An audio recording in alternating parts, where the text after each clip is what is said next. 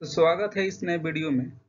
आज हम नया टॉपिक के साथ स्टार्ट करते हैं और ये टॉपिक इकोनॉमिक से जुड़ा हुआ है। और इस टॉपिक को पढ़ते समय हमें बहुत सारे टर्म जानेंगे, क्या क्या होता है और क्यों होता है। ठीक है, तो आज हम डिस्कस करने वाले हैं ट्रेड डेफिसिट के बारे में। तो पहले हेडलाइन क्या बनती है ट्रेड डेफिसिट के बारे में? The goods export decline by the 9% in August and the trade deficit widen to the 30 billion. जो इंडिया का ट्रेड, जो इंडिया एक्सपोर्ट करता है अपने गुड्स को, वो 9% अगस्त मंथ में गिर चुका है और जो इसका ट्रेड डेफिसिट है वो 30 बिलियन तक पहुंच गया है।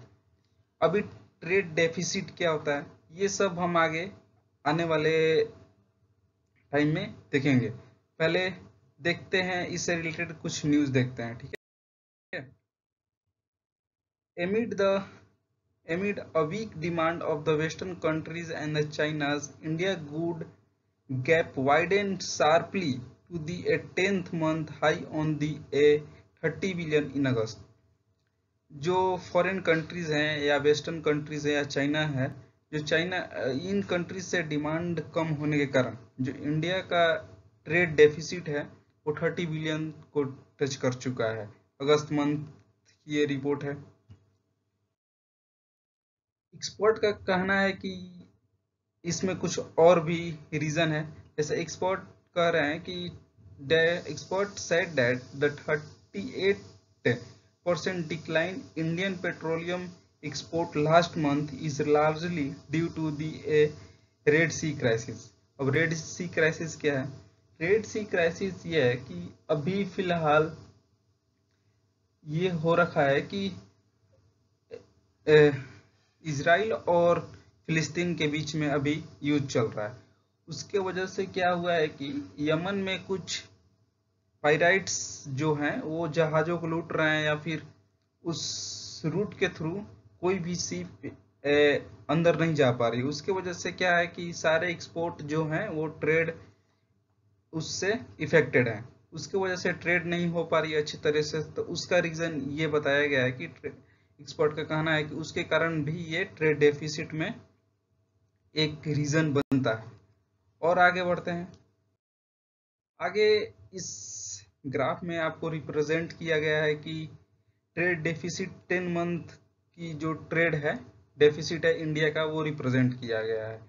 यहाँ पे आप देख सकते हैं कि ये अगस्त मंथ की रिपोर्ट है। ये जो ट्रेड डेफिसिट है 29.65 बिलियन तक पहुंच गया है। ये जो है ट्रेड डेफिसिट को रिप्रेजेंट किया गया है।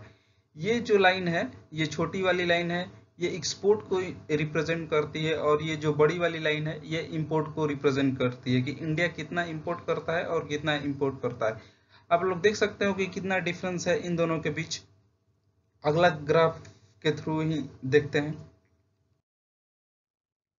ये ग्राफ भी देख सकते हो कि जो इंडिया का एक्सपोर्ट ग्रोथ है वो बहुत ही तेजी से डिक्लाइन किया गया है मंथ वाइज। जैसे अप्रैल में देख सकते हो, मई में देख सकते हो, जून में, जुलाई में एंड अगस्त में। जैसे जैसे इंडिया अभी कंडीशन ये है कि इंडिया जितना एक्सपोर्ट करता है उससे अधिक कई चीज़ें इंपोर्ट करता है। ठीक है, तो अगर आपको इंपोर्ट और एक्सपोर्ट के बारे में नहीं पता है तो पहले एक्सपोर्ट देख लेते हैं। एक्सपोर्ट क्या होता है? The export are a goods and the service that are a produce in a country and sold to a buyer in a another. Export वो प्रोसेस होता है जब कोई हम गुड्स या सर्विस किसी और को बेचते हैं तो उसे एक्सपोर्ट करते हैं।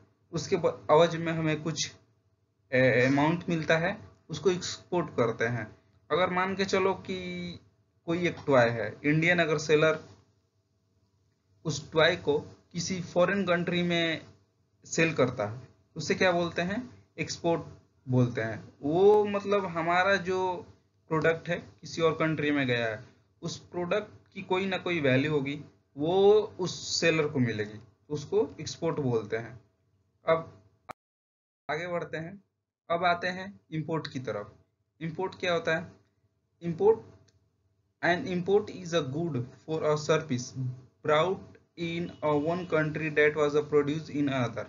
अगर हम कोई भी सर्विस या गुड्स किसी और कंट्री से खरीदते हैं या मंगाते हैं, उसको क्या बोलते हैं? इंपोर्ट बोलते हैं। आगे बढ़ते हैं। अभी हम एक ग्राफ के थ्रू देखेंगे एक इंपोर्ट क्या होता है, एक्सपोर्ट क्या होता है। पहले देख लेते हैं ट्रेड सरप्लस क्या होता है। ट्रेड सरप्लस क्या होता है उसके बारे में डिस्कस करते हैं। A situation in which the value of a goods a country export is a greater than the value of the a goods its import। Trade surplus तभी हो सकता है जब कोई कंट्री जितना सामान किसी कंट्री को एक्सपोर्ट कर रही है वो अधिक मात्रा में हो जितना वो उस कंट्री से इंपोर्ट कर रही है। सिंपल लैंग्वेज में ऐसे समझो कि अगर हम लोग किसी कंट्री के साथ ट्रेड करते हैं, मान के चलो भाई के साथ हम लोग ट्रेड कर रहे हैं, हमने उस कंट्री को 100 रुपये की कोई भी चीज़ एक्सपोर्ट की, ठीक है, और उस कंट्री से हमने 60 रुपये का कोई भी चीज़ इंपोर्ट किया, तो हम लोग क्या है, अभी ट्रेड सरप्लस में है, क्योंकि हमने उसको 40 रुपये अधिक इंपोर्ट किया है, एक्सपोर्ट किया है उससे, तो वो जो 40 रुपये है हमारा ट्रेड सरप्लस कहलाता है। ठीक है, अब ये ग्राफ के थ्रू समझो, ये क्या है, इंपोर्ट है। ये जो वो सामान है जो हम लोग उस कंट्री से हमने मंगाया है, और ये वो सामान है जो हम उस कंट्री को एक्सपोर्ट किए हैं। तो हमारा जो एक्सपोर्ट का क्वांटिटी है वो अधिक है इंपोर्ट से, तो उस सिचुएशन को क्या बोलेंगे, ट्रेड सरप्लस बोलेंगे। अब आगे बढ़ते हैं। अब जानते हैं कि ट्रेड डेफिसिट क्या होता है। A situation in which a value of a goods a country import is greater than the value of the goods is its export। एक ऐसा सिचुएशन जब कोई कंट्री किसी कंट्री से कोई भी चीज एक्सपोर्ट करता है, वो कम अमाउंट में हो जब वो व्यक्ति कोई भी चीज उस कंट्री से इंपोर्ट करता है। अब सिचुएशन को समझते हैं इजी तरीका से, सिंपल लैंग्वेज में। अगर मान के चलो हमने वाई कंट्री से ट्रेड किया है, ठीक है, अगर हम वाई कंट्री से ट्रेड कर रहे हैं, अगर हमने उससे 100 रुपये की चीज खरीदी है और 60 रुपये की चीज हमने उसको बेची है, तो उस सिचुएशन में क्या होगा कि ट्रेड डेफिसिट होगा, क्योंकि 40 रुपये हमारे पॉकेट से उसके पॉकेट में गया है। हमने तो बेची तो उसको 60 ही रुपए का है, खरीदा तो हमने 100 रुपये का है उससे, तो उस सिचुएशन में क्या बोलते हैं, उस सिचुएशन को ट्रेड डेफिसिट बोलते हैं। आप इस फिगर के थ्रू देख सकते हो कि जो इंपोर्ट का क्वांटिटी है, ठीक है, वो एक्सपोर्ट की क्वांटिटी से ज़्यादा है। तो इस सिचुएशन जब हम कोई भी कंट्री से ज़्यादा इंपोर्ट करते हैं और एक्सपोर्ट कम करते हैं, उस सिचुएशन को हम लोग बोलते हैं ट्रेड डेफिसिट। अब आगे बढ़ते हैं। किसी भी कंट्री के लिए ट्रेड डेफिसिट अच्छी चीज़ नहीं होती है, ठीक है।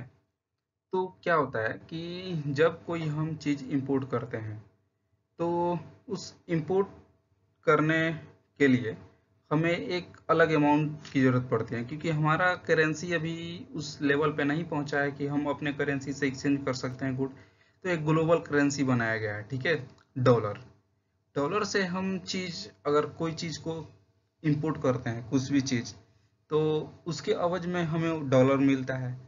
तो कोई भी कंट्री चाहता है कि उस कंट्री के पास डॉलर अच्छी अमाउंट में हो।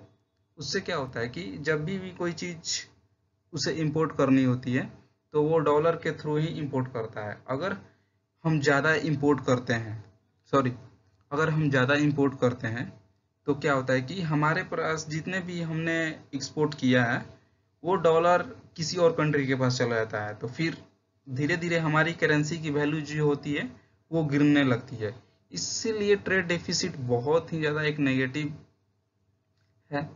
ये कोई भी कंट्री नहीं चाहता है कि कोई भी कंट्री नहीं चाहता है कि वो ट्रेड डेफिसिट में जाए, और सब लोग चाहते हैं कि ट्रेड थोड़ा सा बैलेंस होकर चले, ना ज़्यादा ट्रेड डेफिसिट हो ना ज़्यादा ट्रेड सरप्लस हो, सरप्लस तो सब चाहते हैं, लेकिन ट्रेड डेफिसिट नहीं चाहते हैं। वो चाहते हैं कि धीरे धीरे मिनिमाइज किया जाए इसको।